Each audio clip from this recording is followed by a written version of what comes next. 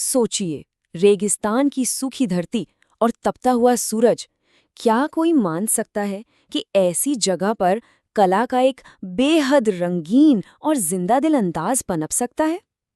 आज हम राजस्थान की रेत से निकली चित्रकला की एक ऐसी ही अनोखी शैली यानी मारवाड़ शैली की कहानी जानेंगे।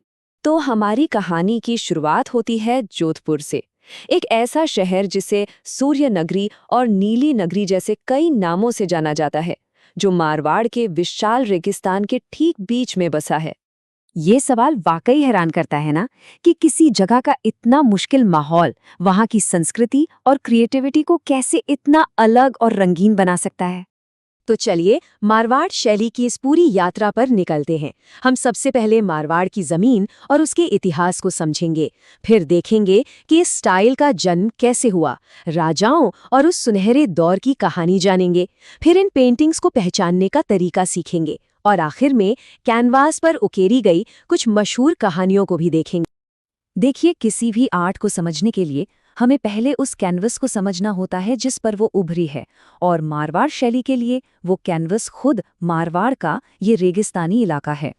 इस इलाके का नाम ही इसकी पहचान है, जो मरवत से आया है, जिसका मतलब है मरुस्थलीय क्षेत्र। इसकी नींव 1458 में राठौड़ वंश के राव जोधा ने रखी थी और यहीं से एक नए साम्राज्य की शुरुआत हुई।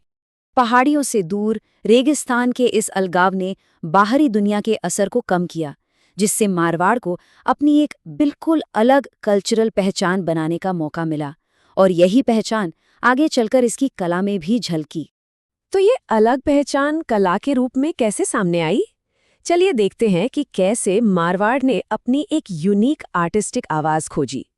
शुरू में मारवाड़ की कला पर पड़ोसी मेवाड़ शैली का काफी गहरा असर था, लेकिन जल्द ही यहाँ के कलाकारों ने उस असर से बाहर निकलकर अपनी खुद की एक मौलिक और बिल्कुल अलग पहचान बना ली। इस पूरे डेवलपमेंट को हम यहाँ के शासकों के दौर से समझ सकते हैं। 1458 में राव जोधा ने राज्य की स्थापना की। फिर 16वीं सदी के बीच में राजा मालदेव ने इस आज़ाद स्टाइल को आगे बढ़ाया, और 17वीं से 19वीं सदी के बीच जसवंत सिंह और मान सिंह के शासन में ये कला अपने गोल्डन एज में पहुंची। और इस आर्टिस्टिक बदलाव के हमारे पास पक्के सबूत भी हैं। चोखा के महल में बने दीवार के चित्र और उत्तराध्ययन सूत्र जैसी पुरानी किताबों में मिले चित्र, ये दोनों ही इस शैली के आज़ाद विकास की कहानी कहते हैं। हर कला का एक स्वर्ण युग मतलब एक गोल्डन एज होता है। मारवाड़ कला का गोल्डन एज एक राजा की जिंदगी की एक बड़ी ही नाटकीय कहानी से जुड़ा है, जिसने इस कला की दिशा ही बदल कर रख दी। यहीं पर इतिहास और कला एक दूसरे में मिल जाते हैं। एक राजकुमार की जान बचाने की जद्दोजहद, एक भविष्यवाणी, और इन सब ने मिलकर मारवाड़ की चित्रकला को हमेशा के लिए बदल दिया। ये कहानी है मान सिंह की। जब उनके भाई भीम सिंह ने सिंहासन के लिए अपने भाइयों को मारना शुरू किया, तो मान सिंह ने जालोर के एक किले में पनाह ली। वहां एक पुजारी की भविष्यवाणी के कारण वो रुके रहे, और फिर अचानक भीम सिंह की मौत हो गई और मान सिंह राजा बन गए। उन्होंने अपनी जान बचाने का पूरा श्रेय नाथ संप्रदाय को दिया। मान सिंह के इस पर्सनल एक्सपीरियंस का सीधा असर मारवाड़ की कला पर पड़ा। जो शाही सपोर्ट था, अब वो नाथ संप्रदाय की तरफ झुक गया, जिससे धार्मिक विषयों पर आधारित पेंटिंग्स की जैसे बाढ़ सी आ गई। तो अब जब हम इतिहास जान गए हैं, तो चलिए इन चित्रों की विजुअल लैंग्वेज को पढ़ना सीखते हैं। आखिर एक मारवाड़ पेंटिंग को देखकर उसे पहचाने कैसे? देखिए, हर आर्ट स्टाइल की अपनी कुछ खुसूसियत होती हैं, कुछ ऐसे विजुअल क्लूज जो उसे दूसरों से अलग करते हैं। तो वो कौन सी खासियतें हैं जो एक पेंटिंग को साफ तौर पर मारवाड़ स्टाइल का बनाती हैं? इसकी सबसे बड़ी पहचान है इंसानी शक्लों को बनाने का तरीका। आप देख सकते हैं कि पुरुषों और महिलाओं दोनों का कद गठीला और लंबा दिखाया जाता है, लेकिन उनकी आंखों के आकार में एक बड़ा दिलचस्प फर्क है। पुरुषों की आंखें धनुष के आकार की और महिलाओं की बादाम के आकार की। शक्लों के अलावा रंगों का भी खासा महत्व है। रेगिस्तान को दिखाते हुए पीले रंग का बहुत ज्यादा इस्तेमाल होता है। एक और दिलचस्प बात यह है कि इस स्टाइल के कई पेंटर्स का सरनेम भाटी हुआ करता था।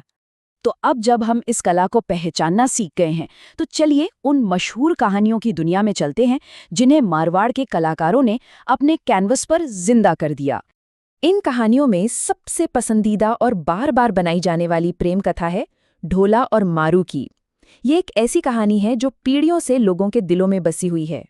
इस कहानी का चित्रण मारवाड़ शैली का एक बेहतरीन उदाहरण है।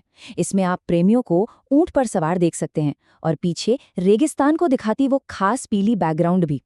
ये कहानी भले ही मेवाड़ से जुड़ी हो, लेकिन इसके सबसे खूबसूरत चित्र मारवाड़ शैली में ही बने हैं।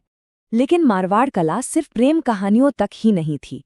जैसा कि ये चार्ट दिखाता है, प्रेम कथाएं लगभग 40% थीं, लेकिन इसके अलावा आम लोगों की जिंदगी, दरबारी सीन और नाथ संप्रदाय से जुड़ी धार्मिक भक्ति जैसे विषयों को भी भरपूर जगह मिली।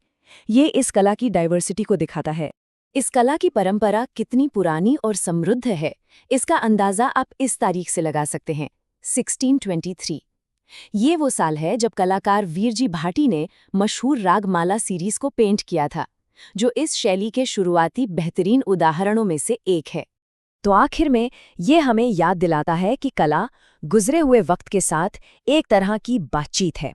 ये सदियों पुरानी पेंटिंग सिर्फ कला की चीजें नहीं हैं, ये इतिहास, विश्वास और उन इंसानी जज्बातों की दुनिया में झांकने की खिड़कियां हैं जो आज भी हमारे अंदर मौजूद हैं। ये हमें कौन सी कहानियां बताती हैं, ये इस पर निर्भर करता है कि हम उन्हें कितनी गहराई से देखते हैं।